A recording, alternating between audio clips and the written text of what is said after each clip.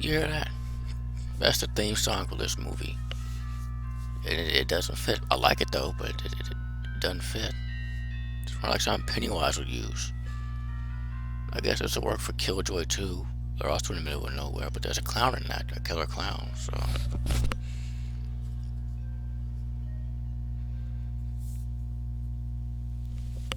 okay, and that's gonna be one of the few good things I say about this movie. But before I get into that, this is the first of a number of videos I'm doing this month for Pride Month. My goal is, as a straight man, is to sit down and watch these movies, some for the first time, like this one, and just give my thoughts on them, you know, and stuff like that. Like, I mean, no harm to anyone when I make these movies, like any other review. It's just I've always had a great uh, love and respect for the LGBTQ community. I've always been accepting of them. So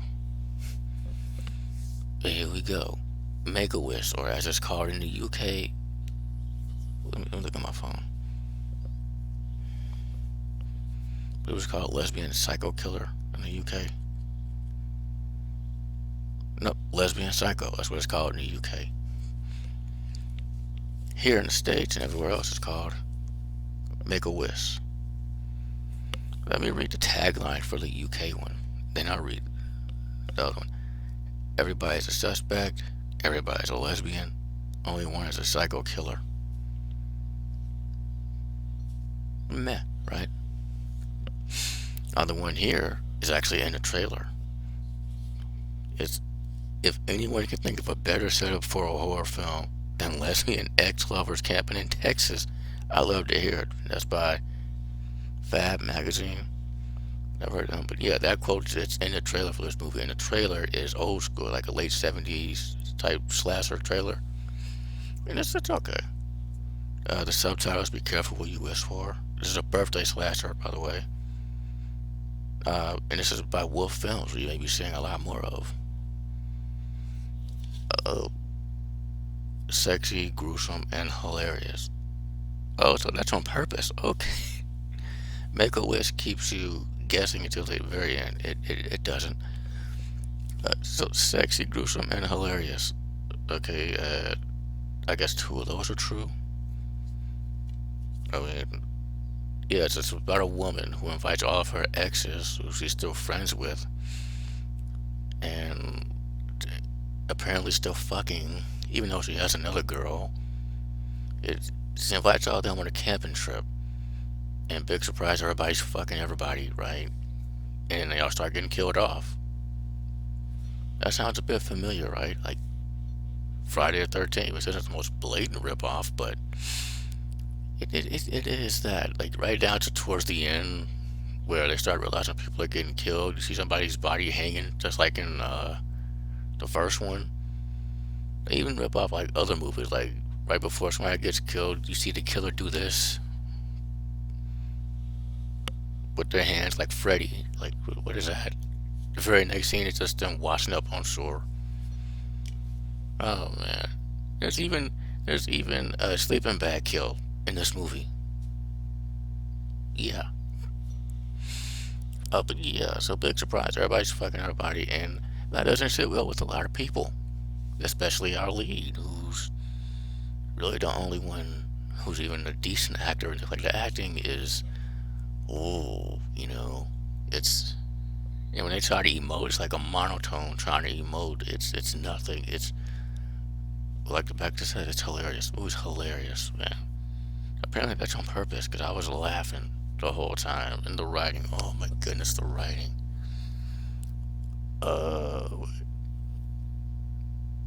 it bothers me when I see women being bothered. It's bothersome. What the fuck? Oh man, there's a similar line towards the end of the movie once the killer's been revealed, which by the way will not keep you guessing. It's obvious who it is.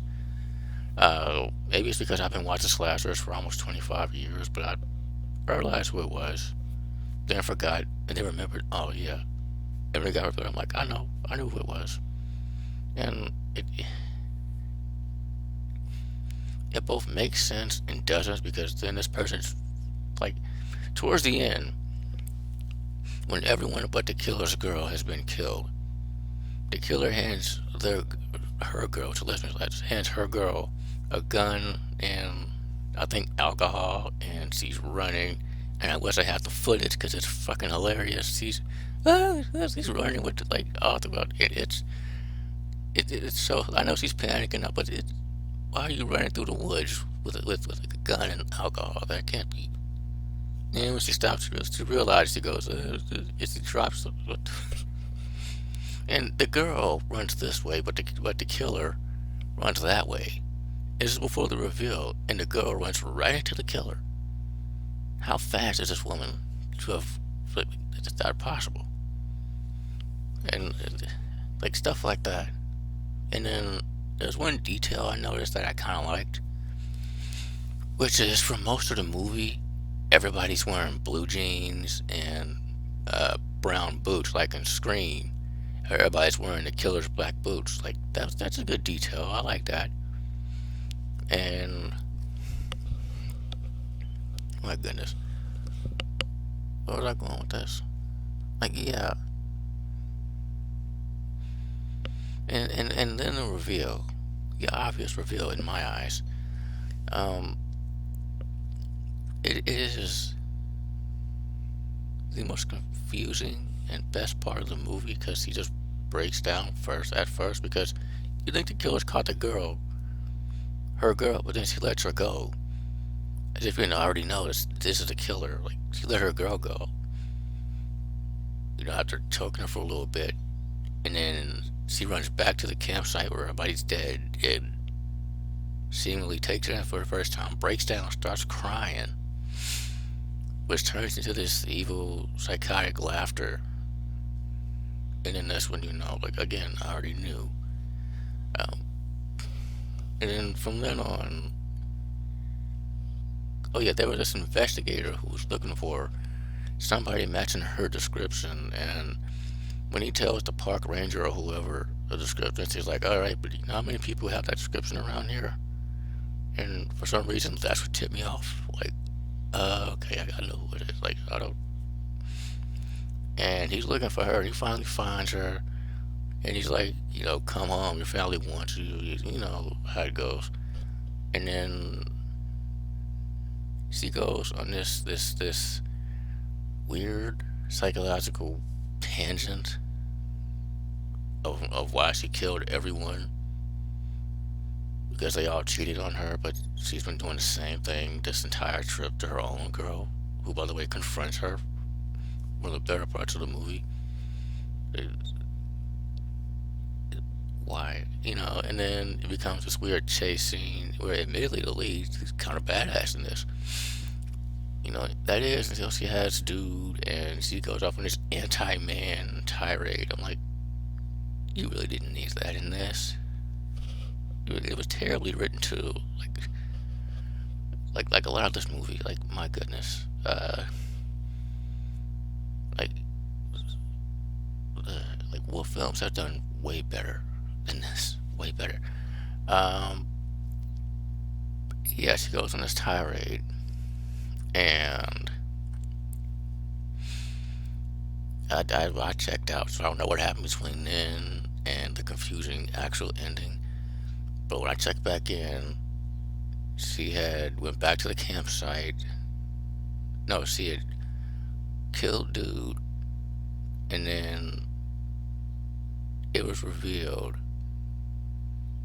that and this just pissed me off. It was revealed it was all a hallucination inside of her, a psychological hallucination or whatever. Because you see our people who are supposed to have been killed show up like they're showing up for the first time. I'm like, what? And then they present her with her birthday cake. She blows out the candle, makes her wish, and then once again, maniacal, evil, psychotic laughter. And she says, if I tell you, it won't come true. And then just like they start replaying footage of the kills from before to indicate that maybe she actually did do it and she's just breaking. That just did way too confusing of an ending, especially for this shit, man. Ugh. And her so-called one-liners are awful. I really wish I had the footage, but my computer's acting up right now, so I couldn't get that for you. I'm trying to work on that. But yeah, like my goodness. And the red herring in this movie is this dude, this kind of southern kind of cowboy dude, but he wears a cap. He's the dude I quoted earlier with the whole bothersome thing. Like, that was just hilarious. And then after all that, she goes, "Oh, thank you, bye." Do I look like I need do I look like I'm a fucking damsel? Like, no, you don't. I was actually waiting for her to say that, and she did. Like, called it. And he shows up again to check on her and the rest of them, and then she just shoots him in the chest and stomach for no reason. She had reason for everyone else, but not this dude. Again, he's supposed to be a red herring, but I knew he wanted to kill her. Like, come on. And some of these kills are, they could have been good, but every kill they cut away right before anything connects. Or there's one that could have been really good where a dude, she takes out a blowtorch and she used said blowtorch on this dude who she has caught in the bear trap.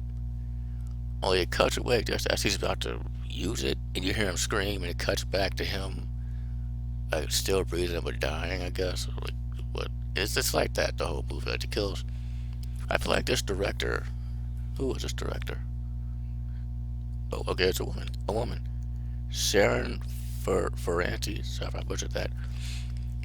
I feel like she had the same choice that the director of Friday the 13th Part 5 did. Because they were like, look, you got too much sex and you got too much violence. One of these has got to go. And he said, well, fuck the violence. I want to see some TNA. Like, she said the same thing, because that's a lot of this movie. Like, I expect this much sex in this movie. I really expect a slasher film, which it is, but, there's more boobs than blood, so to speak. So, uh, and I wore this shirt here to show my support. LGBT community. It's the only rainbow shirt I have, and it says nobody freaking cares. And it's an alien saying it, and this shirt is saying so much. It was a cheap shirt I bought at Walmart back when, that wasn't literally life or death, at least here.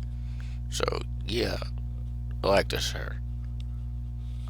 So, um, prior to this movie, I'd only seen one lesbian slasher movie, and to my knowledge, these are the only two that exist that are actual slasher movies and not like porn. The other one's called Crazy Bitches, and Kathy DeBruno's in it. That's awesome, but it still sucks. Like, worse than this one, somehow. Much worse.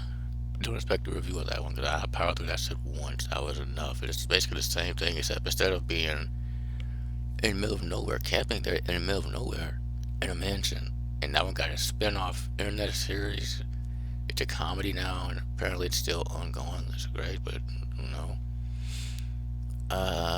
this was just barely the better lesbian slasher movie, because I was laughing a lot at the sheer what the fuckery of this movie. Wow. Just wow. Oh, then there's the whole thing where there's the straight girl, and surprise, surprise, she wasn't straight. Now, it didn't go the way I thought it would, but I knew.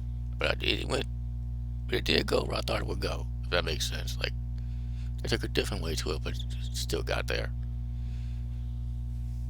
So, yeah, the likable characters, not really, except for the killer's girl, who didn't show up or did. Like, that ending really fucked the whole thing up for me. I don't know anymore. I do not know. I don't know. That's all I have to say. This movie gets a D minus, I guess. That's as high as I can go. The next one will be better. It has to be.